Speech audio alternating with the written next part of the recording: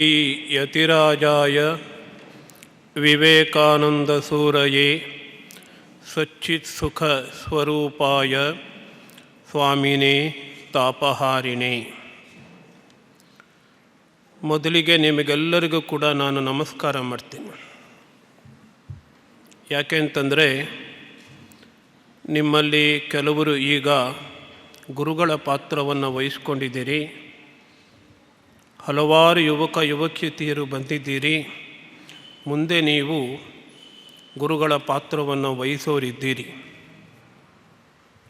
ಭಾರತೀಯ ಸಂಸ್ಕೃತಿಯ ಪ್ರಕಾರ ಗುರುಗಳು ಅಂತಂದರೆ ದೇವರ ಸಮಾನ.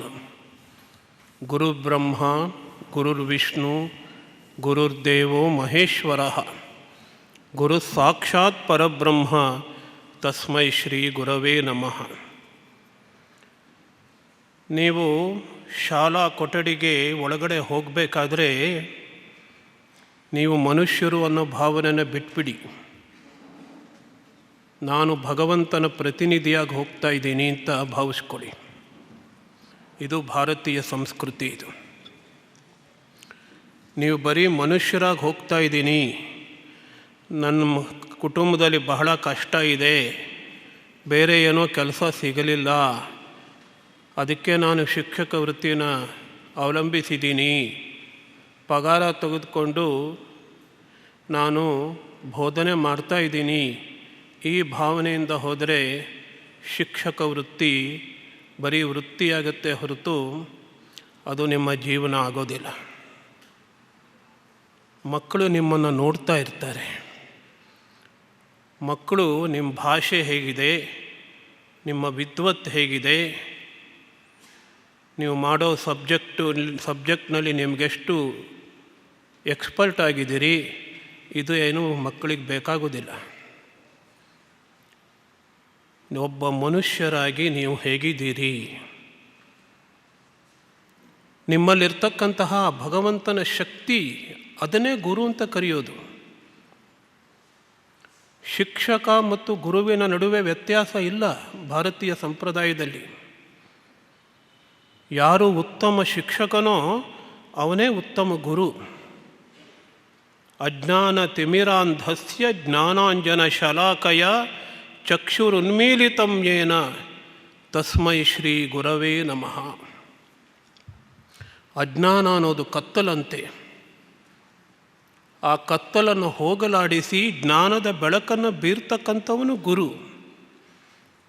ಅಂತಹ ಜಗತ್ತಿನಲ್ಲೇ ಅತ್ಯುತ್ತಮವಾಗಿರ್ತಕ್ಕಂತಹ ಕೆಲಸವನ್ನು ನೀವೆಲ್ಲರೂ ಕೂಡ ಮಾಡುವರಿದ್ದೀರಿ. ಅದರಿಂದ ಶಾಲಾ ಕೊಠಡಿಗೆ ಹೋಗ್ತಾ ಇರಬೇಕಾದ್ರೆ ಯಾವ ಭಾವನೆ ಇರಬೇಕು ಗೊತ್ತಾ ನಿಮಗೆ? ಧನ್ಯತಾ ಭಾವನೆ ಇರಬೇಕು. ಧನ್ಯತಾ ಭಾವನೆ. ಎಂತಹ ಅತ್ಯುತ್ತಮ ಕೆಲಸ ಮಾಡ್ತಾಯಿದ್ದೀನಿ ನಾನು ಧನ್ಯ. ಮಗು ಯಾವುದೋ ಮನೆಯಿಂದ ಬಂದಿರುತ್ತೆ. ಆ ಮನೆಯಲ್ಲಿ ಯಾವ ಪರಿಸ್ಥಿತಿ ಇದೆಯೋ ಏನೋ ಗೊತ್ತಿಲ್ಲ. ತಂದೆ ತಾಯಿಗಳು ಅವಳನ್ನು ಸಾಕ್ತಾ ಇದ್ದಾರೋ ಸರಿಯಾಗಿ ಗೊತ್ತಿಲ್ಲ. ಮಗು ಬಡತನದ ಮನೆಯಿಂದ ಬಂದಿರಬಹುದು. ಇನ್ನು ಕೆಲವು ಮಕ್ಕಳು ತುಂಬ ಬಲ್ಲಿದರ ಮನೆಯಿಂದ ಬಂದಿರಬಹುದು. ಹೀಗೆ ಹಲವಾರು ರೀತಿಯ ಮಕ್ಕಳು ನಿಮ್ಮನ್ನು ತುಂಬ ಆಕಾಂಕ್ಷೆಯಿಂದ ನೋಡ್ತಾ ಇರುತ್ತೆ, ನಿಮ್ಮ ಮೇಲೆ ಅವಲಂಬಿಸಿಕೊಂಡಿರುತ್ತೆ. ತಂದೆ ತಾಯಿಗಳ ಪರಿಪಾಲನೆ ಮುಗೀತು, ಈಗ ನೀವೇ ಅವರಿಗೆ ತಂದೆ ತಾಯಿ. ಯಾಕಂದರೆ ನೀವು ಹೊಸ ಜನ್ಮವನ್ನು ನೀಡ್ತಾ ಇದ್ದೀರಿ. ಭಾರತೀಯ ಸಂಸ್ಕೃತಿನಲ್ಲಿ ವಿದ್ಯಾಭ್ಯಾಸವನ್ನು ಆರಂಭಿಸುವಂಥದ್ದಕ್ಕೆ ಉಪನಯನ ಮಾಡ್ತಾರೆ. ದ್ವಿಜ ಅಂತ ಕರೀತಾರೆ. ಅವಾಗ ಎರಡನೇ ಜನ್ಮ. ಆ ಎರಡನೇ ಜನ್ಮ ಅಂದರೆ ಜ್ಞಾನದ ಬೆಳಕನ್ನು ನೀಡಿ ಹೊಸ ಜನ್ಮವನ್ನು ಪಡೆಯುವಂಥದ್ದು. ವಿದ್ಯಾಭ್ಯಾಸ ಮಾಡುವಂಥದ್ದು ಹೊಸ ಜನ್ಮವನ್ನು ಪಡ್ಕೊಂಡ ಹಾಗೆ. ಆ ಹೊಸ ಜನ್ಮದಲ್ಲಿ ಹೊಸ ಬೆಳಕನ್ನು, ಹೊಸ ಜ್ಞಾನವನ್ನು ನೀವು ಕೊಡುವಂಥವರಿದ್ದೀರಿ. ಎಂತಹ ಪುಣ್ಯದ ಕಾರ್ಯ ಮಾಡ್ತಾಯಿದ್ದೀರಿ ನೀವು. ಇದು ಭಾರತೀಯ ಸಂಸ್ಕೃತಿ ಬಗ್ಗೆ ಶಿಕ್ಷಕರಿಗೆ, ಗುರುಗಳಿಗೆ ಇರ್ತಕ್ಕಂತಹ ಒಂದು ಸ್ಥಾನ. ಅದಕ್ಕೆ ನಾವು ಪಾತ್ರರಾಗಿದ್ದೇವೆ. ನಮಗನ್ನಿಸ್ತಾ ಇದೆಯಾ? ಅದನ್ನು ನಾವು ಪರೀಕ್ಷೆ ಮಾಡ್ಕೋಬೇಕು. ಮೊದಲನೇದಾಗಿ ಬಿಟ್ಟುಬಿಡಿ. ನೀವು BEd ವಿದ್ಯಾರ್ಥಿಗಳು ಬಹಳಷ್ಟು ಇದ್ದೀರಿ, ಮೆಥಡಾಲಜಿದೆಲ್ಲ ಓದ್ತಾ ಇದ್ದೀರಿ, ಶೈಕ್ಷಣಿಕ ವಿಧಾನಗಳೆಲ್ಲ ಓದ್ತಾ ಇದ್ದೀರಿ. ಹಾಗೆ ಪಾಠ ಮಾಡಬೇಕು, ಹೀಗೆ ಪಾಠ ಮಾಡಬೇಕು, ಸೈನ್ಸ್ ಆದರೆ ಹೀಗೆ ಮಾಡಬೇಕು, ಸಮಾಜಶಾಸ್ತ್ರ ಆದರೆ ಹೀಗೆ ಮಾಡಬೇಕು ಅಂತೆಲ್ಲ ನಿಮ್ಗೆ ಹೇಳ್ಕೊಡ್ತಾ ಇದ್ದಾರೆ. ಆದರೆ ಸ್ವಾಮಿ ವಿವೇಕಾನಂದರು ಒಂದೇ ಒಂದು ವಿಧಾನವನ್ನು ನಿಮಗೆ ಹೇಳ್ಕೊಡ್ತಾರೆ. ಒಂದೇ ಒಂದು ವಿಧಾನ, ಪ್ರೀತಿಯ ವಿಧಾನ. ಯಾವ ವಿಧಾನ? ಪ್ರೀತಿಯ ವಿಧಾನ. ನಿಜವಾಗಲೂ ನೀವು ಮಕ್ಕಳನ್ನು ಪ್ರೀತಿಸ್ತಾ ಇದ್ದೀರಾ? ಪ್ರೀತಿ ಬಿಟ್ಟು ನಿಮ್ಮ ಮನಸ್ಸಿನಲ್ಲಿ ಏನೂ ಇಲ್ಲವೇನೋ? ಹಾಗಾದರೆ ನೀವು ಉತ್ತಮ ಶಿಕ್ಷಕರಾಗ್ತೀರಿ. ಹಾಗಾದರೆ ಕಲಿಕೆ ಅಂತಂದ್ರೆ ಏನು ಅನ್ನೋದನ್ನು ಸ್ವಾಮಿ ವಿವೇಕಾನಂದರು ಹೇಳ್ತಾರೆ. ಕಲಿಕೆ ಅಂತಂದರೆ ಒಂದು ಆತ್ಮ ಇನ್ನೊಂದು ಆತ್ಮನ ಜೊತೆ ಮಾತನಾಡ್ತಕ್ಕಂಥದ್ದು. ನಮ್ಮಲ್ಲಿ ದಕ್ಷಿಣಾಮೂರ್ತಿ ದೇವತೆಯ ಗುರುಗಳ ಒಂದು ಕಲ್ಪನೆ ಇದೆ, ಪರಿಕಲ್ಪನೆ. ಗುರುಗಳು ಮೌನವಾಗಿರ್ತಾರಂತೆ. ದಕ್ಷಿಣಾಮೂರ್ತಿ ಗುರುಗಳು ಮೌನವಾಗಿದ್ದಾರೆ, ಏನೂ ಮಾತನಾಡುತ್ತಾ ಇಲ್ಲ. ಆ ಶಿಷ್ಯ ಸುಮ್ಮನೆ ಕುಳಿತಿದ್ದಾನೆ. ಆದರೆ ಶಿಷ್ಯನ ಸಂಶಯಗಳೆಲ್ಲವೂ ನಿವಾರಣೆ ಆಗುತ್ತೆ. ಅಲ್ಲಿ ಮೌನವೇ ಭಾಷೆಯಾಗತ್ತೆ. ಒಂದು ಸಂವಹನ ನಡೆಯುತ್ತೆ. ಒಂದು ಆತ್ಮ ಇನ್ನೊಂದು ಆತ್ಮದ ಜೊತೆಗೆ ಸಂವಹನ ನಡೆಸ್ತಾ ಇದೆ. ಒಂದು ಆತ್ಮ ಇನ್ನೊಂದು ಆತ್ಮಕ್ಕೆ ಕಲಿಸಿಕೊಡ್ತಾ ಇದೆ. ಯಾವುದರ ಮೂಲಕ ಕೊಡ್ತಾ ಇದೆ? ಪ್ರೀತಿಯ ಮೂಲಕ ಕೊಡ್ತಾ ಇದೆ. ನಿಮ್ಮಲ್ಲೇನಾದರೂ ಇದ್ದರೆ ಮಾತ್ರ ನೀವು ಕೊಡೋದಕ್ಕೆ ಸಾಧ್ಯ.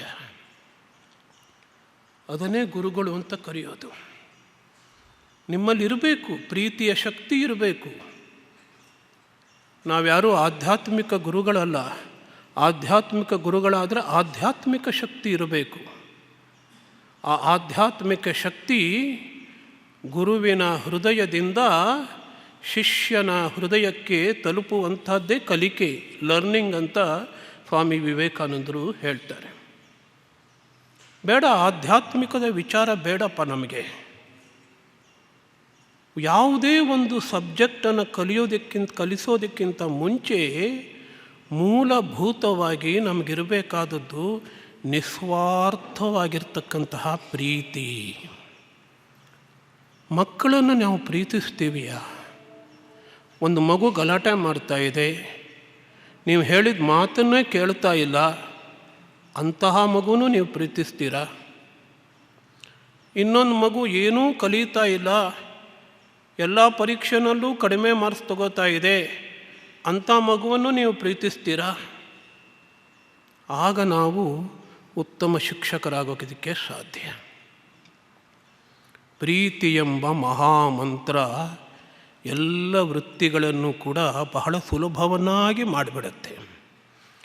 ಸ್ವಾಮಿ ವಿವೇಕಾನಂದರು ಕರ್ಮಯೋಗದಲ್ಲಿ ಹೇಳ್ತಾರೆ, ಕರ್ತವ್ಯ ಅನ್ನುವಂಥದ್ದು ಒಂದು ಬಿಸಿಲಿನ ಹಾಗೆ ಇರುತ್ತೆ, ಸುಡುತ್ತಾ ಇರುತ್ತೆ. ಅದಕ್ಕೆ ನಾವು ಆಮೇಲೆ ಇನ್ನೊಂದು ಉದಾಹರಣೆ ಕೊಡ್ತಾರೆ, ಯಂತ್ರದ ಹಾಗೆ ಇರುತ್ತೆ ಕರ್ತವ್ಯ. ಆ ಕರ್ತವ್ಯದ ಯಂತ್ರ ಸರಾಗವಾಗಿ ನಡಿಬೇಕಾದರೆ ಪ್ರೀತಿ ಎಂಬ ತೈಲವನ್ನು ಹಾಕಬೇಕಂತೆ. ಪ್ರತಿನಿತ್ಯ ನೀವು ಪಾಠ ಮಾಡಬೇಕು. ನೀವಿನ್ನೂ ಸ್ವಲ್ಪ ಎಲ್ಲೋ ಹೋಗಿ ಪಾಠ ಮಾಡಿದ್ದೀರಿ, ನೀವೆಲ್ಲ BEd ಸ್ಟೂಡೆಂಟ್ಸು, ಸ್ಯಾಂಪಲ್ ಟೀಚಿಂಗ್ ಮಾಡಿದ್ದೀರ. ನೀವು ಶಿಕ್ಷಕ ವೃತ್ತಿ ತಗೊಂಡ್ಕೊಂಡ್ಮೇಲೆ ದಿನವಿಡೀ ಮಾಡಬೇಕಾಗತ್ತೆ, 3-4 ಕ್ಲಾಸು ತಗೋಬೇಕಾಗತ್ತೆ. ಭಾಳ ಕಷ್ಟ ಅದು. ಯಾಕಂದ್ರೆ ನಾನೂ ಒಬ್ಬ ಶಿಕ್ಷಕನಾಗಿದ್ದವನು. ಪ್ರತಿ ಸತಿ ಕ್ಲಾಸಿಗೆ ಒಳಗೆ ಹೋಗಬೇಕಾದ್ರೆ ಏನೋ ಹೆದರಿಕೆ ಆಗುತ್ತೆ, ಗಾಬರಿ ಆಗತ್ತೆ. ಹುಡುಗರು ಏನು ಸರಿಯಾಗಿ ರೆಸ್ಪಾಂಡ್ ಮಾಡ್ತಾರೋ ಇಲ್ವೋ ಅಂತ ಹೇಳಿ ಒಂದು ರೀತಿಯ ಕಾತುರತೆ ಬರುತ್ತೆ. ಇದೆಲ್ಲ ನಾವು ಎದುರಿಸ್ಕೊಂಡು ಪಾಠ ಮಾಡಬೇಕು, ಮಕ್ಕಳಿಗೇನೋ ಹೇಳಿಕೊಡ್ಬೇಕು. ಅದಕ್ಕಾಗಿ ನಾವು ಸಶಕ್ತರಾಗಬೇಕು. ಪ್ರೀತಿ ಎಂಬ ಮಹಾಮಂತ್ರ ಎಲ್ಲ ಸಮಸ್ಯೆಗಳಿಗೂ ಕೂಡ ಪರಿಹಾರವನ್ನು ಒದಗಿಸಬಲ್ಲುದು. ಇನ್ನು ಎರಡನೇ ಅಂಶ ಏನಪ್ಪ ಅಂತ ಹೇಳಿದ್ರೆ, ಈಗಾಗಲೇ ಪ್ರೊಫೆಸರ್ ಮುರಳಿ ಅವರು ಅದನ್ನು ಬಹಳ ತಾತ್ವಿಕವಾಗಿ ಹೇಳಿದರು. ನಾವು ಅನ್ಕೋತೀವಿ ಮಗುವಿಗೆ ನಾವು ಕಲಿಸ್ತಾ ಇದ್ದೀವಿ ಅಂತ ಹೇಳಿ. ನಾನು ಮಗುವಿಗೆ ಕಲಿಸ್ತಾ ಇದ್ದೀನಿ, ಸೋಷಿಯಲ್ ಸ್ಟಡೀಸ್ ಕಲಿಸ್ತಾ ಇದ್ದೀನಿ, ಫಿಸಿಕ್ಸ್ ಕಲಿಸ್ತಾ ಇದ್ದೀನಿ, ಕನ್ನಡ ಕಲಿಸ್ತಾ ಇದ್ದೀನಿ ಅಂತ. ನಿಮ್ಮ ಮಾತುಗಳು ಅನ್ನುವಂಥದ್ದು ಮಗುವಿನ ಕಿವಿಗೆ ಹೋಗುತ್ತೆ, ಅದರಿಂದ ಏನೋ ಅದು ಮೆದುಳಿಗೆ ಹೋಗುತ್ತೆ, ಮಗು ಕಲ್ತ್ಕೊಳ್ಳುತ್ತೆ. ಇದನ್ನೇ ನೀವು ನಿಮ್ಮ BEd ಪದವಿನಲ್ಲಿ ಓದೋದು. ಅದಕ್ಕಾಗಿ ನಾನು ಹೇಗೆ ಪರಿಣಾಮಕಾರಿಯಾಗಿ ಪಾಠ ಮಾಡಬಹುದು ಅನ್ನೋದನ್ನೇ ನೀವು ಯೋಚಿಸ್ತಾ ಇದ್ದೀರಿ. ಆದರೆ ಮಗು ಹೇಗೆ ಕಲ್ತ್ಕೊಳ್ಳುತ್ತೆ ಅಂತ ನಾವೇನಾದರೂ ಯೋಚಿಸಿದ್ದೀವಾ? ಮಗು ಕಲಿಕೆ ಅಂದ್ರೇನು? What is learning? ಮಗು ಹೇಗೆ ಕಲ್ತ್ಕೋತಾ ಇದೆ? ನಿಮ್ಮನ್ನು ಕೇಳ್ತಾ ಇದೆ, ನೀವು ಪಾಠ ಮಾಡ್ತಾ ಇದ್ದೀರಿ, ನೀವು ಕೇಳ್ತಾ ಇರುತ್ತೆ, ಮಗು ಹಾಗೆ ಕಲ್ತ್ಕೊಂಡ್ಬಿಡುತ್ತಾ? ಮಗು ಏನು ಮೆಷಿನ್ ಅದು? ಹಾಗಾದರೆ ನಮಗೆ ಸರಿಯಾದ ಪರಿಜ್ಞಾನ ಇರಬೇಕು. ಮಗು ಹೇಗೆ ಕಲಿತುಕೊಳ್ಳುತ್ತದೆ? How a child learns. ಅದಕ್ಕೂ ವಿವೇಕಾನಂದರು ಉತ್ತರ ಕೊಟ್ಟಿದ್ದಾರೆ. ವಿವೇಕಾನಂದರು ಹೇಳ್ತಾರೆ, ಮಗುವಿಗೆ ನೀವು ಕಲಿಸ್ತಾನೇ ಇಲ್ಲ. ಮಗುವಿನಲ್ಲಿ ಏನೇನು ಕಲಿಬೇಕೋ ಅದು ಮಗುವಿನಲ್ಲಿ ಈಗಾಗಲೇ ಇದ್ದೇ ಇದೆ. ಅದು ಅಪಾರವಾಗಿರ್ತಕ್ಕಂತಹ ಜ್ಞಾನ ಅಂತರ್ಗತವಾಗಿದೆ. ಸ್ವಾಮಿ ವಿವೇಕಾನಂದರು ನ್ಯೂಟನ್ನನ್ನು ಉದಾಹರಣೆ ಕೊಟ್ಟರು. ಗುರುತ್ವಾಕರ್ಷಣೆ ಕಂಡಿಡಿದ ಅವನು, ಲಾ ಆಫ್ ಗ್ರಾವಿಟೇಷನ್. ಹೊರಗಿಂದೇನು ಕಂಡಿಡಿದ್ನ ಅವನು? ಸ್ವಾಮಿ ವಿವೇಕಾನಂದರು ಪ್ರಶ್ನಿಸ್ತಾರೆ. ಎಷ್ಟೋ ಜನ, ಸಾವಿರಾರು ಜನ ನೋಡಿರ್ತಾರೆ ಆ್ಯಪಲ್ ಕೆಳಗಡೆ ಬೀಳೋದು, ಸೇಬು ಹಣ್ಣು ಕೆಳಗಡೆ ಬೀಳೋದು ಮರದಿಂದ. ಆ ನೋಡಿದವರಿಗೆಲ್ಲ ಲಾ ಆಫ್ ಗ್ರಾವಿಟೇಷನ್ ಕಂಡುಹಿಡಿಯೋಕ್ಕೆ ಸಾಧ್ಯ ಆಯಿತಾ? ಹಾಗಾದರೆ ನ್ಯೂಟನ್ನಿಗೆ ಹೇಗೆ ಸಾಧ್ಯ ಆಯಿತು? ಈ ಪ್ರಶ್ನೆನ ನಿಮಗೆಲ್ಲ ಕೇಳ್ತಾರೆ ಸ್ವಾಮಿ ವಿವೇಕಾನಂದರು. ಯಾಕೆ ಸಾಧ್ಯ ಆಯಿತು ಅಂತಂದರೆ, ಆ ಗುರುತ್ವಾಕರ್ಷಣೆಯ ಜ್ಞಾನ ಹೊರಗಿರಲಿಲ್ಲ, ಆ ನ್ಯೂಟನನ ಮನಸ್ಸಿನಲ್ಲೇ ಇತ್ತು.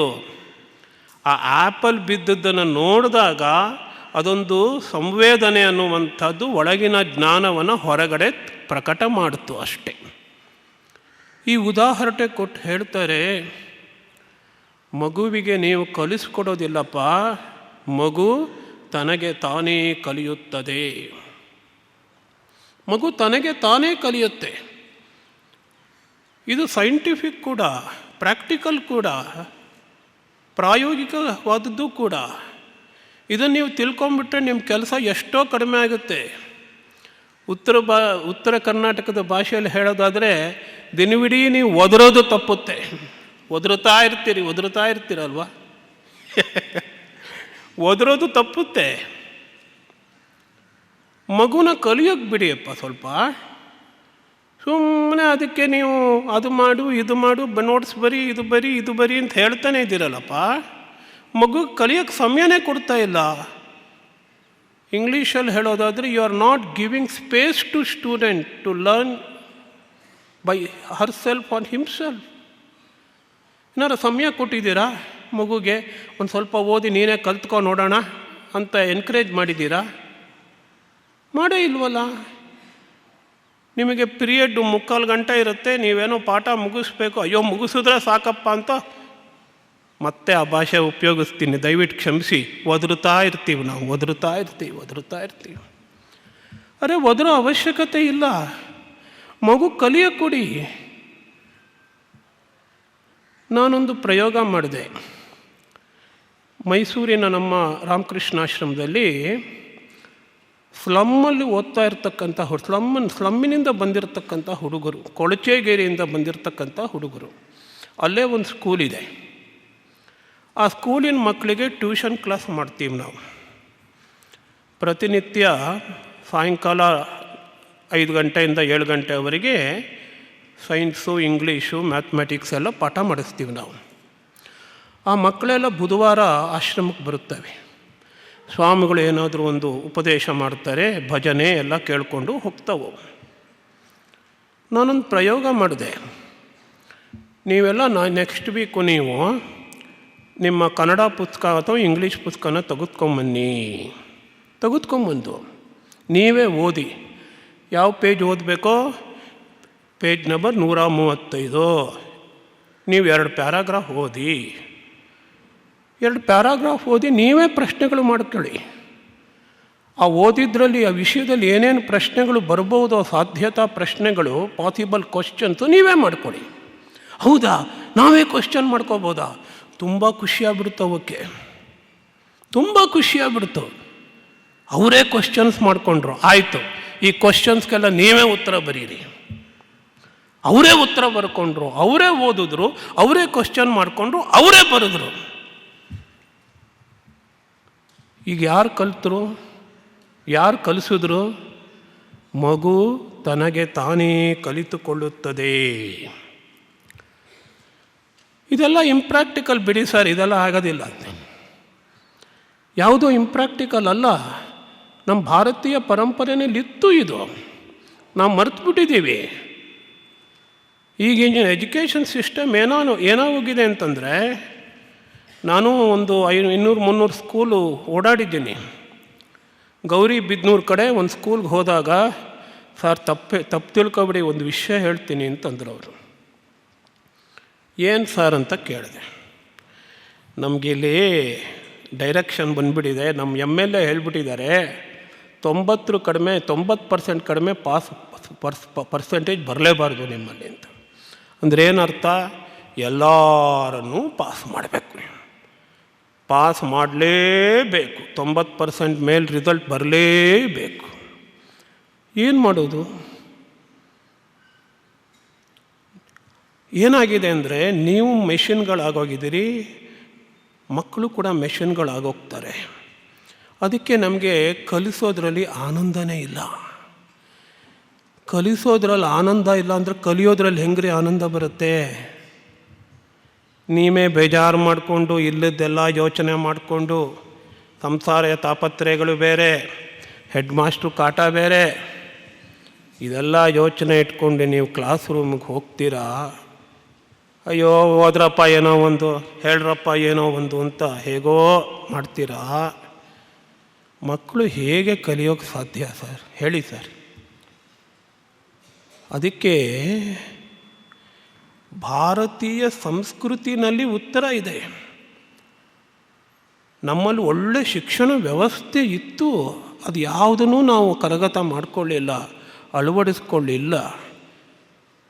ಈಗಿನ ಬಹಳ ಸಂಕೀರ್ಣವಾದ ಶಿಕ್ಷಣ ಪದ್ಧತಿಯಲ್ಲಿಯೂ ಕೂಡ ವ್ಯಕ್ತಿಗತವಾಗಿ ನೀವು ಕೆಲವು ಅಂಶಗಳನ್ನು ಅಳವಡಿಸ್ಕೊಂಡ್ರೆ ಕಲಿಸುವುದು ಆನಂದದಾಯಕವಾಗಿರಬೇಕಾಗುತ್ತೆ, ಕಲಿಯುವುದು ಕೂಡ ಆನಂದದಾಯಕವಾಗಿರುತ್ತೆ. ನೋಡಿ, ನಮ್ಮ ಮೇಷ್ಟ್ರು ಮುರಳೀಧರ್ ಎಷ್ಟು ಚೆನ್ನಾಗಿ ಮಾತಾಡಿದ್ರು ನೋಡಿ.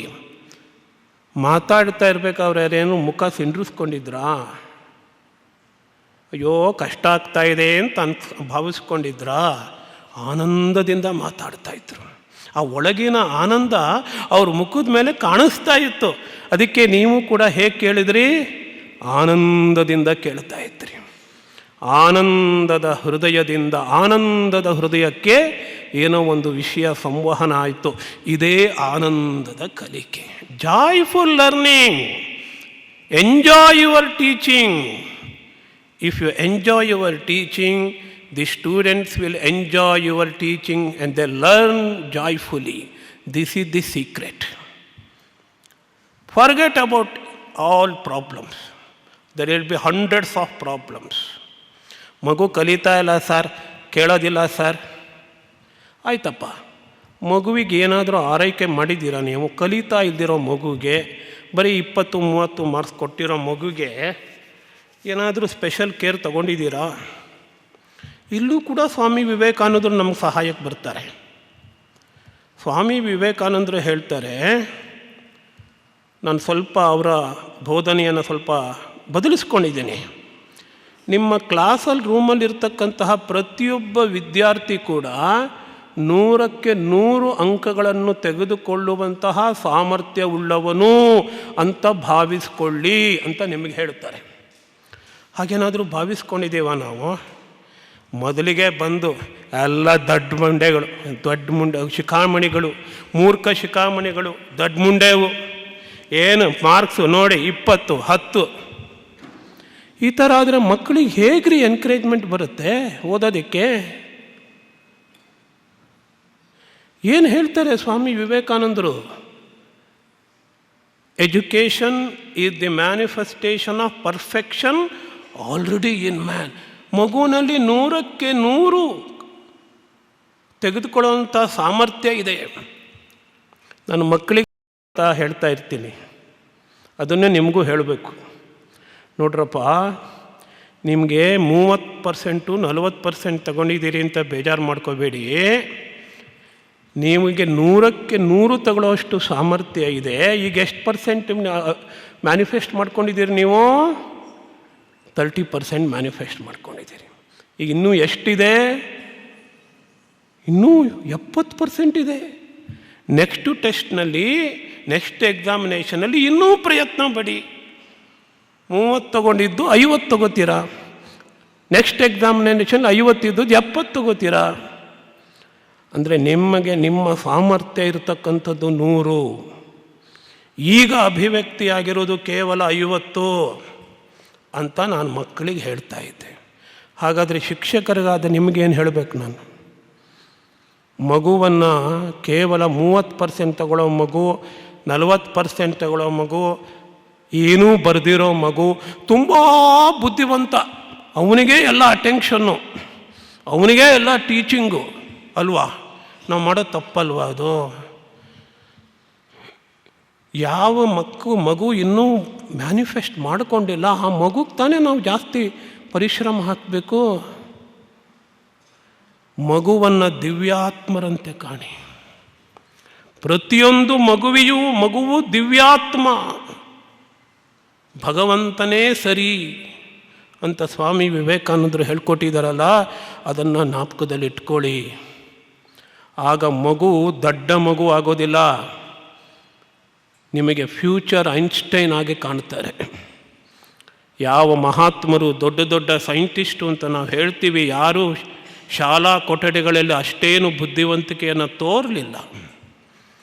ಐನ್ಸ್ಟೈನ್ ಕೂಡ ಗಣಿತದಲ್ಲೇ ಸರಿಯಾಗಿ ಅವನಿಗೆ ಬರ್ತಿರ್ಲಿಲ್ವಂತೆ. ಅವನು ಹೇಳಿದ್ನಂತೆ, ಯಾಕೆ ಮಗ್ಗಿಯೆಲ್ಲ ಯಾಕೆ ಹೇಳಬೇಕು ನಾನು? ಎಲ್ಲ ಪುಸ್ತಕದಲ್ಲಿ ಇದೆಯಲ್ಲ, ಅದನ್ನು ಯಾಕೆ ಹೇಳಬೇಕು? ನಾನು ಯಾಕೆ ಕಲಿಬೇಕು? ಪುಸ್ತಕ ನೋಡ್ಕೊಂಡ್ರಾಯ್ತು ಅಂತಿದ್ನಂತೆ. ಅಂತಹ ದೊಡ್ಡ ವಿಜ್ಞಾನಿ ವಿಜ್ಞಾನವನ್ನು ಒಂದು ಪ್ಯಾಷನ್ ಆಗಿ ತಗೊಂಡ. ಪ್ಯಾಷನ್ ನಾನು ಅನ್ವೇಷಿಸಬೇಕು, ವಿಶ್ವದ ರಹಸ್ಯಗಳನ್ನು ಕರಗತ ಮಾಡ್ಕೋಬೇಕು ಅಂತ ಹೇಳಿ ಹೊರಟ. ಶಾಲಾ ಶಿಕ್ಷಣ ಅವನಿಗೆ ಅಡೆತಡೆಯಾಗಿತ್ತು. ನೀವು ಹೇಳ್ಕೊಡ್ತಕ್ಕಂತಹ ಶಿಕ್ಷಣ ಏನಿದೆ, ಕೆಲವು ಸತಿ ಕ್ಯೂರಿಯಾಸಿಟಿ ಉತ್ಪನ್ನನೇ ಆಗೋದಿಲ್ಲ, ಕ್ಯೂರಿಯಾಸಿಟಿ ಬಳಸೋದೇ ಇಲ್ಲ.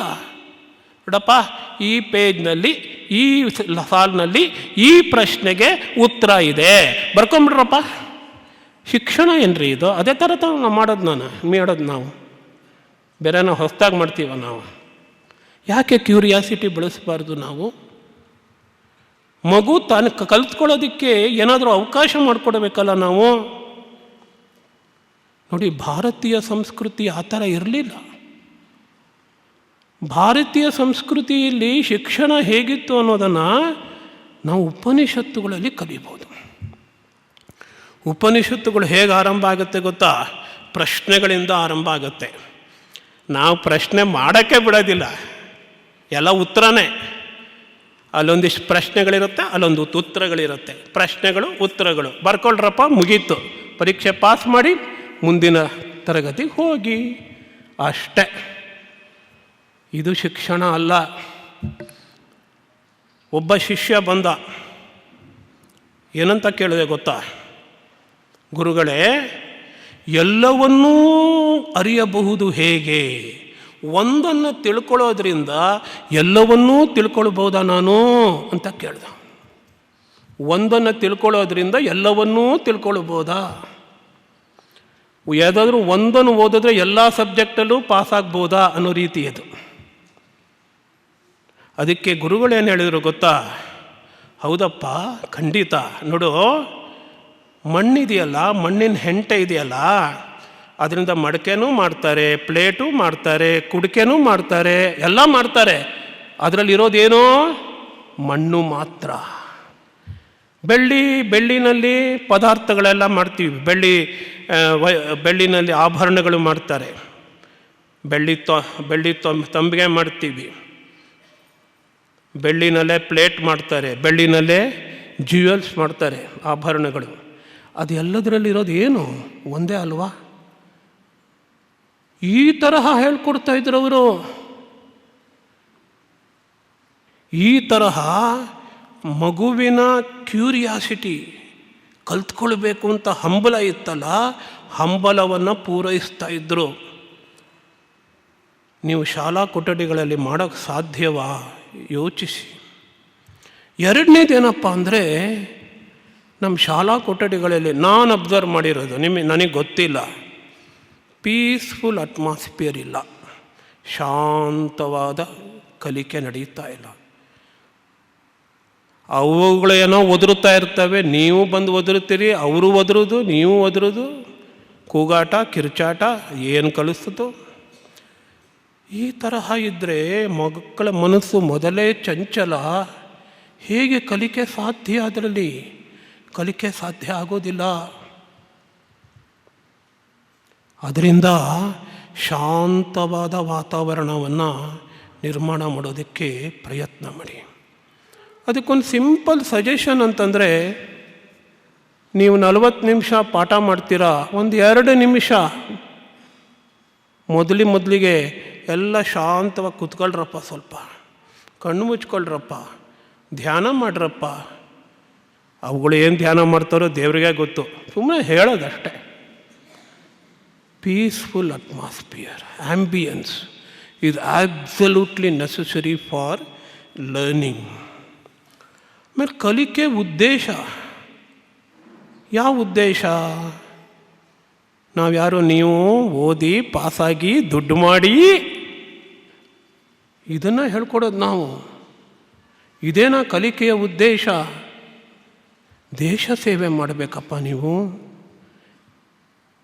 ನಿಸ್ವಾರ್ಥ ಸೇವೆ ಮಾಡಬೇಕಪ್ಪ. ಒಬ್ಬ ವೈದ್ಯರಾಗಿ ಬಡ ಜನರ ಸೇವೆ ಮಾಡಬೇಕು, ಈ ರೀತಿ ಹೇಳ್ಕೊಡ್ಬೇಕು. ಉದಾತ್ತವಾದ ಗುರಿ ಇದ್ದಾಗ ಆ ಉದಾತ್ತವಾದ ಗುರಿಯನ್ನು ಸೇರೋಣ ಅಂತ ಎಷ್ಟು ಉತ್ಸಾಹ ಬರುತ್ತೆ ಗೊತ್ತಾ ಮಕ್ಕಳಿಗೆ? ಮಕ್ಕಳಲ್ಲಿ ಉತ್ಸಾಹ ತುಂಬಿ, ಜಾಸ್ತಿ ಹೇಳ್ಕೊಡೋ ಅವಶ್ಯಕತೆ ಇಲ್ಲ. ನೀವು ಅರ್ಧಂಬರ್ಧ ಕರಿಕ್ಯುಲಮ್ ಆದರೂ ಪರವಾಗಿಲ್ಲ, ನಿಮ್ಮ ಕೆಲಸ ಕಡಿಮೆ ಮಾಡ್ಕೊಳ್ಳಿ, ಮಕ್ಕಳು ಕೆಲಸ ಜಾಸ್ತಿ ಮಾಡಿ. ಆಗ ಮಕ್ಕಳು ತಮಗೆ ತಾವೇ ಕಲಿತುಕೊಳ್ತವೆ. ಇದಕ್ಕೆ ಶ್ರದ್ಧೆಯ ಮಹತ್ವವನ್ನು ಇವತ್ತಿ ಹೇಳ್ತಾ ಇದ್ದರು ನಮ್ಮ ಕಲಿಕೆಯಲ್ಲಿ. ಶ್ರದ್ಧೆ ಏನು? ಶ್ರದ್ಧೆ ಅಂತಂದರೆ, ಮಗುವಿಗೆ ತಾನು ಓದ್ತಾ ಇರ್ತಕ್ಕಂಥ ವಿಷಯದಲ್ಲಿ ಗೌರವ ಇರಬೇಕು. ಯಾಕೆ ವಿಜ್ಞಾನ ಓದಬೇಕು ಅಂತ ಮಗು ಕೇಳಿದ್ರೆ ಏನಪ್ಪ ಉತ್ತರ ಕೊಡ್ತೀರಿ ನೀವು? ಇಲ್ಲ, ಪರೀಕ್ಷೆಯಲ್ಲಿ ಪಾಸ್ ಆಗಬೇಕಣ್ಣ, ಓದೋ, ಅಷ್ಟು ಹೇಳಿದ್ರೆ ಸಾಲ. ವಿಜ್ಞಾನಿಗಳ ಕತೆ ಹೇಳಿದ್ರೆ, ನ್ಯೂಟನ್ನನ ಕತೆ ಹೇಳಿದ್ರೆ, ಆರ್ಯಭಟನ ಕತೆ ಹೇಳಿದ್ರೆ, ಎಷ್ಟೆಲ್ಲ ಪರಿಶ್ರಮ ಪಟ್ಟರು, ಜೀವನ ಇಡೀ ಅದಕ್ಕಾಗಿ ಮೀಸಲಾಗಿಟ್ಟರು.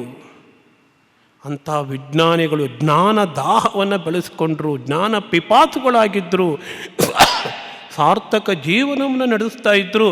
ಈ ಥರ ಎಲ್ಲ ಹೇಳಿ ವಿಜ್ಞಾನ ಕಲಿಯೋದಕ್ಕೆ ಮಕ್ಕಳನ್ನು ಉತ್ತೇಜನ ಮಾಡ್ಬೋದಲ್ವಾ? ಆವಾಗ ನಿಮಗೆ ವಿಜ್ಞಾನ ಕಲಿಸೋದು ಎಷ್ಟು ಸುಲಭ ಆಗುತ್ತಲ್ವ. ಮಕ್ಕಳು ತಾವಾಗಿ. ಎರಡನೇದು ಅಂತಂದರೆ ನಿಮ್ಮಲ್ಲಿ ಗೌರವ ಇಟ್ಕೋಬೇಕು. ನಿಮ್ಮಲ್ಲಿ ಗೌರವ ಇಟ್ಕೋಬೇಕು, ಗುರುಗಳಲ್ಲಿ ಗೌರವ ಇಟ್ಕೋಬೇಕು. ಮಕ್ಕಳು ಗುರುಗಳಲ್ಲಿ ಗೌರವ ಇಟ್ಕೊಳ್ಳದೇ ಇದ್ದರೆ ಮಕ್ಕಳಿಗೆ ನಾವು ಜ್ಞಾನವನ್ನು ಕೊಡೋದಕ್ಕೆ ಸಾಧ್ಯ ಇಲ್ಲ. ಶ್ರದ್ಧಾವಾನ್ ಲಭತೆ ಜ್ಞಾನಂ. ಶ್ರದ್ಧೆ ಇಲ್ಲದಿದ್ದರೆ ಜ್ಞಾನ ಸಿಗೋದಿಲ್ಲ. ಪರೀಕ್ಷೆಯಲ್ಲಿ ಪಾಸ್ ಮಾಡಿ ಮುಂದಕ್ಕೆ ಹಾಕ್ಬೋದಷ್ಟೇ, ನೀವು ಜ್ಞಾನವನ್ನು ಕೊಡೋದಕ್ಕೆ ಸಾಧ್ಯ ಇಲ್ಲ. ಅವರು ಗೌರವವನ್ನು ಕೊಡಬೇಕು ಅಂತ ನೀವು ಅಪೇಕ್ಷೆ ಮಾಡೋದಾದರೆ ನಾವು ಹೇಗೆ ನಡ್ಕೋಬೇಕು? ಸುಮ್ಮನೆ ಗೌರವ ಕೊಟ್ಬಿಡ್ತಾರೇನ್ರಿ? ಎಲ್ಲರೂ ನನಗೆ ಗೌರವವನ್ನು ಕೊಡಿ ಅಂತ ಒಂದು ಪಾಠ ಮಾಡಿಬಿಡಿ, ಅರ್ಧ ಗಂಟೆ ಗೌರವ ಕೊಡ್ತಾರೇನ್ರಿ? ಯಾರಾದರೂ ನಿಮಗೆ ಗೌರವ ಕೊಡ್ತಾರಾ? ಗೌರವ ಕೊಡೋದಕ್ಕೆ ಹೇಳಿಸ್ಕೊಂಡು ಗೌರವ ತಗೋಬೇಕಾ? ಆ ರೀತಿ ನಡ್ಕೋಬೇಕು ಸ್ವಾಮಿ, ಆ ರೀತಿ ನಡ್ಕೋಬೇಕು. ಅದಕ್ಕೆ 3 ಗುಣಗಳನ್ನು ನಮ್ಮ ಉಪನಿಷತ್ತಲ್ಲಿ ಹೇಳ್ತಾರೆ.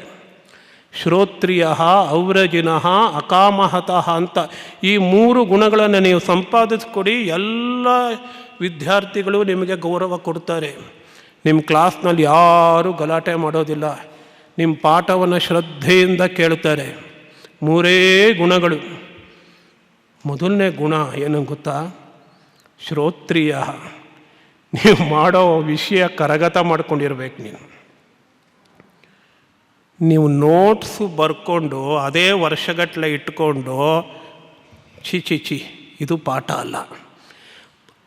ಪ್ರತಿಯೊಂದು ಕಲಿಕಾ ಒಂದು ತರಗತಿ ಇದೆಯಲ್ಲ, ಅವಧಿ ಇದೆಯಲ್ಲ, ಪಿರಿಯಡ್ ಇದೆಯಲ್ಲ, ಅದು ನಿಮಗೆ ಹೊಸ ಅನುಭವ ಆಗಬೇಕು. ಮಕ್ಕಳಿಗೂ ಕೂಡ ಹೊಸ ಅನುಭವ ಆಗಬೇಕು. ಹಿಂದಿನ ಕ್ಲಾಸ್ ಥರನೇ ಈ ಥರ ಮಾಡೋದು, ಇನ್ನೊಂದು ಸೆಕ್ಷನ್ ತಾನೇ ಅದು, ಅದೇ ತರಹ. ನಿಮಗೂ ಬೋರ್ ಆಗುತ್ತೆ, ನಿಮಗೆ ಬೋರ್ ಆದರೆ ಮಕ್ಕಳಿಗೂ ಬೋರ್ ಆಗುತ್ತೆ. ನೀವು ಉತ್ಸಾಹಿಗಳಾಗಿ ಪಾಠ ಮಾಡಿದ್ರೆ ಮಕ್ಕಳು ಉತ್ಸಾಹಿಗಳಾಗಿ ಪಾಠ ಮಾಡ್ತಾರೆ. ಅಷ್ಟೇ ಸೀಕ್ರೆಟ್. ಅದಕ್ಕೆ ವಿಷಯನ ತುಂಬ ಚೆನ್ನಾಗಿ ಕರಗತ ಮಾಡ್ಕೊಂಡಿರಬೇಕು. ಸೈನ್ಸ್ ಪಾಠ ಮಾಡಬೇಕಾದ್ರೆ ಸೈನ್ಸ್ ಬುಕ್ಕಲ್ಲಿ ಏನಿಷ್ಟು ಅಷ್ಟೇ ಓದ್ಕೊಂಡ್ರೆ ಏನೂ ಪ್ರಯೋಜನ ಇಲ್ಲ. ನಮ್ಮ ಗುರುಗಳನ್ನು, ನಮಗೆ ಫಿಸಿಕ್ಸ್ ಹೇಳ್ಕೊಟ್ಟಂಥ ಮೇಷ್ಟ್ರನ್ನ ನಾನು ನೆನೆಸ್ಕೋಬೇಕು. ತುಂಬ 40 ವರ್ಷ ಆಯಿತು ಅವರು ಪಾಠ ಹೇಳಿಕೊಟ್ಟು. ಆದರೆ ಈಗಲೂ ಕೂಡ ಅವ್ರು ಹೇಳಿದ್ದೆಲ್ಲ ಮರ್ತೋಗಿದೆ. ಆ ಫಿಸಿಕ್ಸ್ ಬಗ್ಗೆ ಏನೂ ಗೊತ್ತಿಲ್ಲ ನನಗೀಗ. ಆದರೆ ಒಂದು ಜ್ಞಾಪಕದಲ್ಲಿದೆ. ಅವರೊಂದು ಚಾಕ್ ಪೀಸ್ ಹಿಡ್ಕೊಳ್ಳೋರು, ಒಂದು ಡಸ್ಟ್ಬಿನ್ ಹಿಡ್ಕೊಳ್ಳೋರು. ಏನು ಮಾಡ್ತಾಯಿದ್ರು? ಎರಡನ್ನೂ ಠವಕ್ ಅಂತ ಬಿಸಾಕು. ನೋಡಿ, ಎರಡೂ ಒಟ್ಟಿಗೆ ಬೀಳ್ತಾ ಇದೆ. ಈ ಪ್ರಾಪರ್ಟಿಗೆ acceleration due to gravity, G ಅಂತ ಕರೀತಾರೆ ಅಂತ ಹೇಳೋರು. ಮತ್ತೆ ಇನ್ನೊಂದು ತಗೊಳ್ಳೋರು, ಅದೇ ಹೋಗೋರು, ಬೀಳ್ಸೋರು.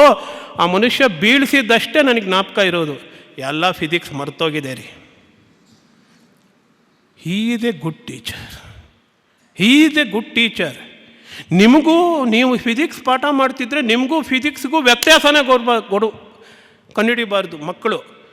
ಅವರು ಫಿಸಿಕ್ಸ್ ಅಂತ ಕೂಗ್ಕೋಬೇಕು ನಿಮ್ಮನ್ನು ನೋಡಿದ್ರೆ ಮಕ್ಕಳು. You should become the embodiment of your subject. ಇದು ಶ್ರೋತ್ರಿಯ. ಔರಜಿನ ಅಂತಂದರೆ ನಮ್ಮ ಕ್ಯಾರೆಕ್ಟರ್ ಚೆನ್ನಾಗಿರಬೇಕು. ಮಕ್ಕಳಿಗೇನು ಗೊತ್ತಾಗತ್ತೆ ರೀ? ಮಕ್ಕಳಿಗೆಲ್ಲ ಗೊತ್ತಾಗತ್ತೆ. ಮಕ್ಕಳೇನು ಬಾಯಿ ಬಿಡಲ್ಲ ಅಷ್ಟೆ. ನಮ್ಮ ಉದ್ದೇಶ, ನಮ್ಮ ರಾಗ ದ್ವೇಷಗಳು, ನಾವು ನಡ್ಕೊಳ್ಳೋ ವಿಧಾನ ಎಲ್ಲವೂ ಗೊತ್ತಾಗತ್ತೆ. ನಮಗೆ ಪ್ರೀತಿಯಿಂದ ಪಾಠ ಮಾಡ್ತಿದ್ದಾರೋ ಇದಲ್ವೋ ಅದೂ ಗೊತ್ತಾಗತ್ತೆ. ಯಾಕಂದ್ರೆ ನಾನು ಅಬ್ಸರ್ವ್ ಮಾಡಿದ್ದೀನಿ, ಸುಮಾರು 15 ವರ್ಷ ನಾನು ಕ್ಲಾಸಲ್ಲಿ ಕೂತ್ಕೊಂಡು ನೋಡ್ತಾನೇ ಇರ್ತಿದ್ವಿ ನಾವು. ಒಬ್ಬೊಬ್ಬರು ಟೀಚರನ್ನು ಎವ್ಯಾಲ್ಯೂಯೇಟ್ ಮಾಡ್ತಾನೇ ಇದ್ವಿ ನಾವು. ನೀವು B.Ed ಸ್ಟೂಡೆಂಟ್ಸು, ನೀವು ಎವ್ಯಾಲ್ಯೂಯೇಟ್ ಮಾಡ್ತಾ ಇರ್ತೀರ. ಮುಂದೆ ನೀವು ಟೀಚರ್ ಆಗ್ತೀರ, ನಿಮ್ಮನ್ನು ಸ್ಟೂಡೆಂಟ್ಸ್ ಎವ್ಯಾಲ್ಯೂಯೇಟ್ ಮಾಡ್ತಾರೆ. ಔರಜಿನಃ, ಪಾಪರಹಿತರಾಗಿರಬೇಕು. ಪರಿಶುದ್ಧ ಚಿತ್ತದವರಾಗಿರಬೇಕು, ಪರಿಶುದ್ಧ ಚಾರಿತ್ರ್ಯದವರಾಗಿರಬೇಕು, ಶುದ್ಧ ಮನಸ್ಸಿನವರಾಗಿರಬೇಕು ಅಂತ ಉಪನಿಷತ್ತು ಹೇಳ್ಕೊಡುತ್ತೆ. ಮೂರನೇದಾಗಿ ಅಕಾಮಹತಃ. ಮೋಟಿವ್, ಯಾವುದು ಉದ್ದೇಶ ನೀವು ಪಾಠ ಹೇಳ್ಕೊಡೋದು? ಬೇರೆ ಎಲ್ಲೂ ಕೆಲಸ ಸಿಗಲಿಲ್ಲ ಸರ್, ಅದಕ್ಕೆ ಬಂದುಬಿಟ್ವಿ. ಹಾಗಿದ್ದರೆ ದಯವಿಟ್ಟು ಶಿಕ್ಷಕ ವೃತ್ತಿಯನ್ನು ಅವಲಂಬಿಸಬೇಡಿ. ಯಾಕಂದರೆ ಮಕ್ಕಳಿಗೆ ಅನ್ಯಾಯ ಮಾಡ್ತಿದ್ದೀವಿ ನಾವು. ಬೇರೆ ಎಲ್ಲೂ ಕಡೆ ಕೆಲಸ ಸಿಕ್ಕಲಿಲ್ಲ, ಅದಕ್ಕಾಗಿ ಬಂದು ಪಾಠ ಮಾಡಿದೆ ಅಂತಂದರೆ ನಿಮ್ಮಿಂದ ಮನಸ್ಸು ಕೊಟ್ಟು ಪಾಠ ಮಾಡೋದಕ್ಕಾಗೋದಿಲ್ಲ. ಯಾಕಂದರೆ ಬೇರೆ ಏನಾದರೂ ಕೆಲಸ ಮಾಡಿದರೆ ಚೆನ್ನಾಗಿರ್ತಿತ್ತು, ಇನ್ನೂ ಹೆಚ್ಚು ಪಗಾರ ಬರ್ತಿತ್ತು, ಅದೇ ಮನಸ್ಸಲ್ಲಿರುತ್ತೆ. ನಾನು ಆಗಲೇ ಹೇಳಿದೆ, ನಿಮಗೆ ಕೈ ಮುಗಿದೆ, ನಾನು ನೀವು ಭಗವಂತನ ಅವತಾರ ಅಂತ ಹೇಳಿದೆ. ನಿಮ್ಮ ವೃತ್ತಿಯನ್ನು ನಮ್ಮ ಭಾರತೀಯ ಸಂಸ್ಕೃತಿ ಅತ್ಯುನ್ನತವಾಗಿರ್ತಕ್ಕಂತಹ ವೃತ್ತಿಗೆ ನಿಲ್ಲಿಸಿದೆ. ಗುರುರ್ ಬ್ರಹ್ಮ ಗುರುರ್ ವಿಷ್ಣು ಅಂತ ಕರೆದಿದೆ. ಉದ್ದೇಶ ಉತ್ತಮವಾಗಿರಬೇಕು, ಕೇವಲ ಪ್ರೀತಿ ಒಂದೇ ಉದ್ದೇಶವಾಗಿರಬೇಕು. ಮಗುವಿನ ಸರ್ವಾಂಗೀಣ ಅಭಿವೃದ್ಧಿ, ದೇಹ ಮನಸ್ಸು ಬುದ್ಧಿ ಎರಡೂ ನಿಮ್ಮ ಕೈಯಲ್ಲಿದೆ. ಮಗು ಒಂಥರಹ ಮಣ್ಣಿನ ಮುದ್ದೆಯಂತೆ ನಿಮ್ಮ ಹತ್ರ ಬರ್ತಾನೆ ಅಥವಾ ಬರ್ತಾಳೆ. ಆ ಮಗುನ ರೂಪಿಸ್ತಾ ಇದ್ದೀರಿ ನೀವು, ಬರೀ ಪಾಠ ಮಾಡ್ತಾ ಇಲ್ಲ. ನಿಮ್ಮ ಮಾತಿನ ಮೂಲಕ, ನಿಮ್ಮ ನಡತೆ ಮೂಲಕ ಎಲ್ಲ ವಿಧದಲ್ಲೂ ಮಗು ಕಲಿತುಕೊಳ್ಳುತ್ತೆ. ಎಚ್ಚರ ಎಚ್ಚರ. ನಿಮ್ಮ ಉದ್ದೇಶ ಉದಾತ್ತವಾಗಿರಲಿ, ಉದಾತ್ತವಾಗಿರಲಿ. ಇದನ್ನು ಉಪನಿಷತ್ತು ನಿಮಗೆ ಹೇಳ್ಕೊಡತ್ತೆ. ಶ್ರೋತ್ರಿಯ ಔರಜಿನಃ ಅಕಾಮಹತಃ. ಶ್ರದ್ಧೆಯ ಜೊತೆಗೆ ಏಕಾಗ್ರತೆ. ಆಗಲೇ ಶ್ರದ್ಧೆಯ ಮಾತಾಡ್ತಿದ್ದೆ ನಾನು. ವಿಷಯದಲ್ಲಿ ಗೌರವ ಇರಬೇಕು, ಗುರುಗಳಲ್ಲಿ ಗೌರವ ಇರಬೇಕು, ಮತ್ತು ಮಗುವಿನಲ್ಲಿ ತನಗೆ ತನ್ನಲ್ಲಿ ಗೌರವ ಇರಬೇಕು, ಆತ್ಮವಿಶ್ವಾಸ ಇರಬೇಕು. ಮಗುವಿಗೆ ಹೇಳಿಕೊಡಿ, ನಾನು ಸಾಧಿಸಬಲ್ಲೆ ಅಂತ ಹೇಳಿ. I can do it, I can do it ಅಂತ ಹೇಳ್ಕೊಡಿ. ಮಗು 20 ಮಾರ್ಕ್ಸ್ ತೊಗೊಂಡಿದೆಯಾ, ಪರವಾಗಿಲ್ಲ, ಆದರೆ ಹೇಳಿ ಮಗು ನೀನು 80 ಮಾರ್ಕ್ಸ್ ಖಂಡಿತ ತಗೋತೀಯಪ್ಪ ಅಂತ ಹೇಳಿ. ಆ ಮಗು ಖಂಡಿತವಾಗ್ಲೂ ಮುಂದಿನ ಎಕ್ಸಾಮಿನೇಷನಲ್ಲಿ 50 ಮಾರ್ಕ್ಸ್ ಆದರೂ ತಗೊಳುತ್ತೆ ರೀ. ದಯವಿಟ್ಟು ಯಾರು 20 ಮಾರ್ಕ್ಸು 30 ಮಾರ್ಕ್ಸ್ ತಗೊಳ್ಳಿದ್ದಕ್ಕೆ ಮಕ್ಕಳನ್ನು ಹೀಯಾಳಿಸಬೇಡಿ, ಮಕ್ಕಳನ್ನು ನಿಂದಿಸಬೇಡಿ. ಮಕ್ಕಳು ದೇವರಿಗೆ ಸಮಾನ. ಮಕ್ಕಳನ್ನು ನಿಂದಿಸೋದು ಪಾಪ. ನಿಂದಿಸೋದಾದರೆ ನಿಮ್ಮನ್ನು ನಿಂದಿಸ್ಕೊಳ್ಳಿ. ಆ ಮಗುವಿಗೆ ನಾನು ಸರಿಯಾಗಿ ಹೇಳ್ಕೊಡ್ಲಿಲ್ಲ ಅಂತ ಹೇಳಿ. ಮಗುವಿಗೆ ಹೇಳಿ, you can do it, you can do it. ನಿನ್ನ ಹತ್ರ ಸಾಧ್ಯ, ನಿನ್ನ ಹತ್ರ ಸಾಧ್ಯ ಅಪ್ಪ, ನಿನ್ನ ಹತ್ರ ಸಾಧ್ಯ. ಏನು ಬೇಕು ಹೇಳು, ನಾನು ಹೇಳ್ಕೊಡ್ತೀನಿ, ಹೇಳು. You can do it. Every child can do it. ಆತ್ಮವಿಶ್ವಾಸ ಬೆಳೆಸಿ, ಏಕಾಗ್ರತೆ, ಶ್ರದ್ಧೆ ಜೊತೆ ಏಕಾಗ್ರತೆಯನ್ನು ಬೆಳೆಸಿ. ಏಕಾಗ್ರತೆಗಾಗಿ ಆ ಒಂದು ಶಾಲಾ ಕೊಠಡಿಯ ಒಂದು ಪರಿಸರ ಇದೆಯಲ್ಲ, ಅದನ್ನು ಶಾಂತವಾಗಿಟ್ಕೊಳ್ಳಿ. ಬೇಕಾದರೆ 2-3 ಕ್ಲಾಸು ಪಾಠನೇ ಮಾಡಬೇಡಿ. ನೀವು ಶಾಂತವಾಗಿ ಹೇಗೆ ಪರಿಸರವನ್ನು ನಿರ್ಮಾಣ ಮಾಡೋದು ಅಂತ ನೀವೇ ಯೋಚಿಸ್ಕೊಳ್ಳಿ. ಒಂದು 10 ನಿಮಿಷ ಕೂಡಿಸಿ ಸೈಲೆಂಟಾಗಿ ಕತೆ ಹೇಳಿ, ಮಗುವನ್ನು ಆಕರ್ಷಿಸಿಕೊಳ್ಳಿ. ಸಾಧ್ಯವಾದಷ್ಟು ಮಗುವಿಗೆ ಮನರಂಜನೆಯನ್ನು ಮಾಡಿ. ಆಕರ್ಷಣೆ ಬೇಕು ಮಗುವಿಗೆ. ನಿಮ್ಮ abstract ideas, science, social studies ಮಗುವಿಗೆ ಬೇಡ ಆ ಒಂದು ಕಾಲಘಟ್ಟದಲ್ಲಿ. ಯಾಕಂದರೆ ಅದು ಮಗು. ನಿಮಗೆ ಬೇಕಾಗಿರ್ಬೋದು ಸೈನ್ಸು, ಸೋಷಿಯಲ್ ಸ್ಟಡೀಸು, ಮಗುವಿಗೆ ಬೇಡ ರೀ. ಮಗುವಿನ ತಲೆಯಲ್ಲಿ ತುಂಬೋಗೋದಕ್ಕೆ ಆಗೋದಿಲ್ಲ. ಆಕರ್ಷಿಸಿ ಮಗುನ. ಮಗು ನಿಮ್ಮ ಹತ್ರ ಹೀಗೆ ನೋಡ್ತಾ ಇರಬೇಕು. 40 ನಿಮಿಷ ಅದು ನೋಡ್ತಾ ಇರೋದನ್ನು ಆ ಕಡೆ ಈ ಕಡೆ ಕಣ್ಣು ಹೋಗಲೇಬಾರ್ದು. ಆ ರೀತಿ ಮಾಡಿ ಮಗುನ. ಅದನ್ನು ಹೇಗೆ ಮಾಡ್ತೀರಾ ಇಲ್ಲ ನಾನೀಗ ಹೇಳ್ಕೊಡೋಕ್ಕಾಗಲ್ಲ. ಅದು ಹೇಗೆ ಮಾಡ್ತೀರಾ? Attract the child, make him mind concentrated. ಯಾಕೆ ಓದಬೇಕು ಅಂತ ಹೇಳ್ಕೊಡಿ. ಓದಿದ್ರಿಂದ ಏನು ಪ್ರಯೋಜನ ಅಂತ ಹೇಳ್ಕೊಡಿ. ಯಾಕಂತಂದರೆ ಈಗೇನಾಗಿದೆ ಅಂದರೆ ಶಾಲಾ ಕೊಠಡಿಯಲ್ಲಿ ಓದ್ತಕ್ಕಂಥದ್ದು ಮತ್ತು ಹೊರಗಡೆಯ ಸಮಾಜದಲ್ಲಿ ಏರುಪೇರು, ಸಮಾನತೆಯೇ ಇಲ್ಲ. ಮಗು ಕಲಿಯೋದೇ ಬೇರೆ, ಸಮಾಜದಲ್ಲಿರ್ತಕ್ಕಂತಹ ಸವಾಲುಗಳೇ ಬೇರೆ. ಸಮಾಜದ ಸವಾಲುಗಳಿಗೆ ಸ್ಪಂದಿಸೋ ತರಹ, ಪರಿಹಾರವನ್ನು ಕೊಡೋ ತರಹ ಯಾವುದಾದ್ರೂ ಒಂದು ಮಗುವಿಗೆ ವಿಷಯಗಳನ್ನು ಹೇಳ್ಬೋದಾ? ಸಮಾಜದ ಮಧ್ಯೆ, ಸಮಾಜ ಪಾಠದ ಮಧ್ಯೆನೂ ಹೇಳ್ಬೋದು, ಆಮೇಲೆ ವಿಜ್ಞಾನದ ಮಧ್ಯೆನೂ ಹೇಳ್ಬೋದು. ಯಾಕೆ ಹೇಳೋದಕ್ಕಾಗೋದಿಲ್ಲ? Ultimately your personality is the real teaching for the child. ನೀವು ಉದಾತ್ತ ವ್ಯಕ್ತಿತ್ವದವರಾಗಿದ್ದರೆ ಬೇರೆ ನೈತಿಕ ಪಾಠ ಬೇಕಾಗಿಲ್ಲ, ಅದನ್ನು ನೋಡಿ ಮಗು ಕಲ್ತ್ಕೊಳ್ಳುತ್ತೆ. ಹಿಂದಿನ ಕಾಲದಲ್ಲಿ 3 ಮೆಥಡನ್ನು ಫಾಲೋ ಮಾಡ್ತಾಯಿದ್ರು, ಸ್ಟೆಪ್ ಬೈ ಸ್ಟೆಪ್. ನೇರವಾಗಿ ಟೀಚಿಂಗ್ ಮಾಡ್ತಾಯಿದ್ರು, ಅದನ್ನು ನಾವೆಲ್ಲ ಮಾಡ್ತೀವಿ. ನೇರವಾಗಿ ಟೀಚಿಂಗ್ ಮಾಡೋದು ಉಪದೇಶ ಅಂತ ಕರೀತಾರೆ. ಎರಡನೇದು ಲಾಜಿಕಲಾಗಿ ಹೇಳ್ಕೊಡ್ತಾಯಿದ್ರು. ನೋಡಿ, ಇದು ಯಾಕೆ ಅಂತಂದರೆ ಹೀಗಂದರೆ ಹೀಗೆ, ಹೀಗಂದರೆ ಹೀಗೆ, ಲಾಜಿಕಲಾಗಿ ಲಾಜಿಕಲ್ ಥಿಂಕಿಂಗ್ ಬೆಳೆಸ್ತಾಯಿದ್ರು. ಉಪನಿಷತ್ತಿನಲ್ಲಿ ಅದೇ ಬರೋದು, ಲಾಜಿಕಲ್ ಥಿಂಕಿಂಗ್. ಬರೀ ನೇರ ಉಪದೇಶ ಇಲ್ಲ ಉಪನಿಷತ್ತುಗಳಲ್ಲಿ. ತರ್ಕಬದ್ಧವಾಗಿ ಆಲೋಚನೆಯನ್ನು ಮಾಡುವಂತಹ ವಿಧಾನವನ್ನು ಬೆಳೆಸಿ ಮಕ್ಕಳಲ್ಲಿ. ನೀವೆಲ್ಲನ ಹೇಳ್ಕೊಳ್ಳೋ ಅವಶ್ಯಕತೆ ಇಲ್ಲ. ಅರ್ಧ ಹೇಳಿ ಅರ್ಧ ಮಗುವಿನ ಕಲ್ತ್ಕೊಳ್ಳೋಕೆ ಬಿಟ್ಬಿಡಿ, ಮಗು ಆಲೋಚನೆ ಮಾಡಲಿ. ಆಲೋಚನಾ ವಿಧಾನವನ್ನು ಹೇಳ್ಕೊಡಿ. ಸೈನ್ಸ್ ಕ್ಲಾಸಲ್ಲಿ ಸೈಂಟಿಫಿಕ್ಕಾಗಿ ಹೇಗೆ ಥಿಂಕ್ ಮಾಡೋದು ಅನ್ನೋದನ್ನು ಹೇಳ್ಕೊಡಿ. ಆಗ ಸೈನ್ಸು ಮಗು ತನಗೆ ತಾನೇ ಕಲ್ತ್ಕೊಳ್ಳುತ್ತೆ. We don't allow the child to think at all, that is the problem. ಹೇಗೆ ಅದನ್ನು ಮಗುನ ಥಿಂಕ್ ಮಾಡೋ ಥರ ಹೇಳ್ಕೊಡ್ಬೇಕು ಅಂದರೆ, ಮಗುವಿಗೆ ಪ್ರಶ್ನೆಗಳನ್ನು ಕೇಳಬೇಕು, ಕ್ಯೂರಿಯಾಸಿಟಿ ಬೆಳೆಸಬೇಕು, ಈ ಥರ ಆಲೋಚಿಸಿ ಅಂತ ಒಂದು ಮಾರ್ಗದರ್ಶನ ಕೊಡಬೇಕು. That is what is science is. ಅದೇ ಉಪನಿಷತ್ತುಗಳಲ್ಲಿರೋದು. ಮೂರನೇದಾಗಿ ಉಪಾಸನೆ. ಮಗುವಿಗೆ ಸ್ವಲ್ಪ ಅಬ್ಸಾರ್ವ್ ಮಾಡಲಿಕ್ಕೆ ಬಿಡಿ. ಸುಮ್ಮನೆ ಪ್ರತಿನಿತ್ಯ ಇಷ್ಟಿಷ್ಟು ಕೊಡಿದ್ರೆ ಎಲ್ಲ ಅಬ್ಸಾರ್ವ್ ಆಗ್ತಾ ಇಲ್ಲ, ಒಳಗೆ ಇಳೀತಾ ಇಲ್ಲ, ಮಗುವಿನ ಒಂದು ಮನಸ್ಸಿನಲ್ಲಿ ಇಳೀತಾ ಇಲ್ಲ ಸಬ್ಜೆಕ್ಟು. ಮಗುವಿಗೆ ಅಬ್ಸಾರ್ವ್ ಮಾಡಲಿಕ್ಕೆ ಕೊಡಿ. ಮಗು ತನಗೆ ತಾನೇ ಥಿಂಕ್ ಮಾಡಿ ಕಾಂಟಂಪ್ಲೇಟ್ ಮಾಡಲಿ. ನ್ಯೂಟನ್ನ ಲಾ ಆಗಿರಲಿ, ಐನ್ಸ್ಟೀನನ ರಿಲೇಟಿವಿಟಿ ಆಗಿರಲಿ, ಅಬ್ಸರ್ವೇಟ್ರಿನಲ್ಲಾಗಲಿ ಅಥವಾ ಪ್ರಯೋಗಶಾಲೆಯನ್ನಾಗಲಿ ಬಂದಿದ್ದಲ್ಲ. ಎಲ್ಲಿಂದ ಬಂದಿದ್ದು? ಅವರ ಮೆದುಳಿನಲ್ಲಿ.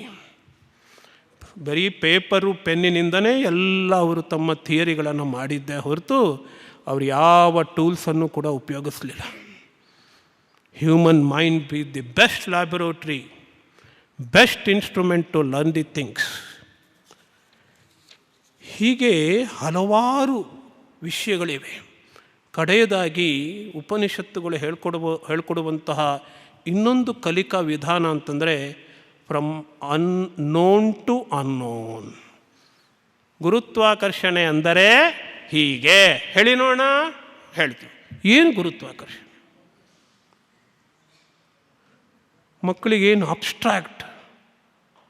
ಅದೇ ಒಂದು ನಮ್ಮ ಫಿಸಿಕ್ಸ್ ಮಾಸ್ಟ್ರು ಮಾಡ್ತಿದ್ರಲ್ಲ, ಒಂದು ಚಾಕ್ ಪೀಸೋ ಅಥವಾ ಡಸ್ಟೋ ತೊಗೊಂಡು ಕೆಳಗೆ ಬೀಳಿಸಿ, ಯಾಕೆ ಬೀಳ್ತಾ ಇದೆ, ಯಾಕೆ ಮೇಲೋಗ್ತಾ ಇಲ್ಲ, ಈ ಥರ ಯಾವಾಗಲೂ ಪಾಠ ಮಾಡಿದ್ದೀರಾ? ಪಾಠ ಮಾಡ್ತಿದ್ರೆ ಹ್ಯಾಂಡ್ಸ್ ಆಫ್, ನಮಸ್ಕಾರ ಅವರಿಗೆ. ಜ್ಞಾತದಿಂದ ಅಜ್ಞಾತ.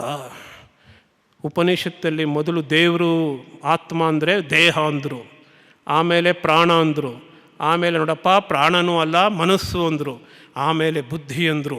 ಅದ್ರೂ ಒಳಗಡೆ ಏನೋ ಒಂದಿದೆಯಪ್ಪ ಆನಂದ ಅಂತ. ಆನಂದೋ ಬ್ರಹ್ಮೈವ ವಿಜಾನಾತ್ ಅಂತ ಕೇಳಿಕೊಟ್ರು. ಜ್ಞಾತದಿಂದ ಅಜ್ಞಾತ. ಸ್ವಪ್ರಯತ್ನ ಮಾಡಲಿ ಮಗು, ಕಷ್ಟಪಡಲಿ, ಬಿಡಿ. ಅದೇ ಉಪನಿಷತ್ತಿನ ಕಲಿಕಾ ವಿಧಾನ. ಒಂದು ಉಪನಿಷತ್ತಿನಲ್ಲಂತೂ ಬ್ರಹ್ಮ ಅಂದರೆ ಯಾರು ಅಂತ ಹೇಳ್ದ. ದೇಹನೇ ಬ್ರಹ್ಮ, ಅನ್ನನೇ ಬ್ರಹ್ಮ, ಹೌದಾ, ಹ್ಞೂ ಸರಿ, ಇನ್ನೊಂದು ವರ್ಷ ತಪಸ್ಸು ಮಾಡು ಅಂತಂದರು. ತಪಸ್ಸು ಅಂದರೆ ಪರಿಶ್ರಮ ಪಡಬೇಕು, ಏಕಾಗ್ರ ಚಿತ್ತದಿಂದ ಧ್ಯಾನ ಮಾಡಬೇಕು. 1 ವರ್ಷ ಮಾಡ್ದ, ಮತ್ತೆ ಬಂದ. ಏನಪ್ಪ, ಬ್ರಹ್ಮ ಅಂದರೆ ಪ್ರಾಣ ಅಂದರೆ ಬ್ರಹ್ಮ. ಸರಿಯೇ, ಇನ್ನೊಂದು ವರ್ಷ ಮಾಡ್ಕೊಂಬ. ಹೀಗೆ ಮಾಡಿ ಮಾಡಿ ಮನಸ್ಸು, ವಿಜ್ಞಾನ, ಬುದ್ಧಿ ಅಂತೆಲ್ಲ ಬ್ರಹ್ಮ ಅಂತ ಹೇಳ್ದ. ಆವಾಗಲೂ 1 ವರ್ಷ ಹೋಗ್ಬಾ, 1 ವರ್ಷ ಹೋಗ್ಬಾ ಅಂತ ಗುರು ಹೇಳ್ದ. ಕಡೆಯಲ್ಲಿ ಶಿಷ್ಯ ತನಗೆ ತಾನೇ ಕಲ್ತ್ಕೊಂಡ. ಗುರು ಒಂದು ಮಾತು ಹೇಳಿಲ್ಲ ಬ್ರಹ್ಮನ ಬಗ್ಗೆ. ಆನಂದಂ ಬ್ರಹ್ಮೈವ ವಿಜಾನಾತ್. ಆನಂದ, ಬ್ರಹ್ಮ ಅಂದರೆ ಆನಂದ. ಅವಾಗ ಗುರು ಮತ್ತೆ ಹೇಳಿಲ್ಲ ಇನ್ನೊಂದು ಸತಿ ಹೋಗು ಅಂತ. ಯಾಕಂದರೆ ಅಲ್ಲಿ ultimate teaching was, ultimate Brahman, real Brahman the student has learned. ಅದರಿಂದ ಎಲ್ಲಿಂದ ಆರಂಭವಾಗಿದ್ದೀನೋ ಅಲ್ಲಿಗೆ ನಾನು ಬರ್ತೀನಿ. ದಯವಿಟ್ಟು ಮುಖ ಸಿಂಡ್ರಿಸ್ಕೊಂಡು ಕ್ಲಾಸಿಗೆ ಹೋಗಬೇಡಿ. ಮೊದಲು ನೀವು ಆನಂದಿತರಾಗಿ, ನಿಮ್ಮ ವೃತ್ತಿ ಅನ್ನುವಂಥದ್ದು ಜಗತ್ತಿನಲ್ಲಿಯೇ ಎಲ್ಲರಿಗಿಂತಲೂ ಅತ್ಯುತ್ತಮವಾದ ವೃತ್ತಿ, ಆನಂದದಿಂದ ಮಾಡಬಹುದಾದ ವೃತ್ತಿ, ಸಂತೋಷದಿಂದ ಮಾಡಬಹುದಾದ ವೃತ್ತಿ, ಆತ್ಮಾನಂದ ಕೊಡ್ತಕ್ಕಂತಹ ವೃತ್ತಿ. ಪ್ರತಿ ಪಿರಿಯಡ್ಡಿಗೂ ಹೋಗಬೇಕಾದ್ರೆ ಈ ಭಾವನೆಯಿಂದ, ಧನ್ಯತಾ ಭಾವನೆಯಿಂದ, ಆನಂದದ ಭಾವನೆಯಿಂದ ಒಳಗೆ ಹೋಗಿ ಕಲಿಕೆಯಲ್ಲಿ ಆನಂದವನ್ನು ಅನುಭವಿಸಿ. ಆಗ ಕಲಿಕೆ ಅನ್ನೋದು ಏನಾಗುತ್ತೆ, ಸಾಹಸ. ಆದರೆ ಹತ್ಕೊಂಡು ಕಷ್ಟಪಡ್ಕೊಂಡು ಮಾಡೋ ಸಾಹಸ ಅಲ್ಲ. ಕಲಿಕೆ ಎಂಬುದು ಆನಂದದ ಸಾಹಸ. ಧನ್ಯವಾದಗಳು. ಓಂ ಶಾಂತಿ ಶಾಂತಿ ಶಾಂತಿ. ಹರಿ ಓಂ ತತ್ಸತ್.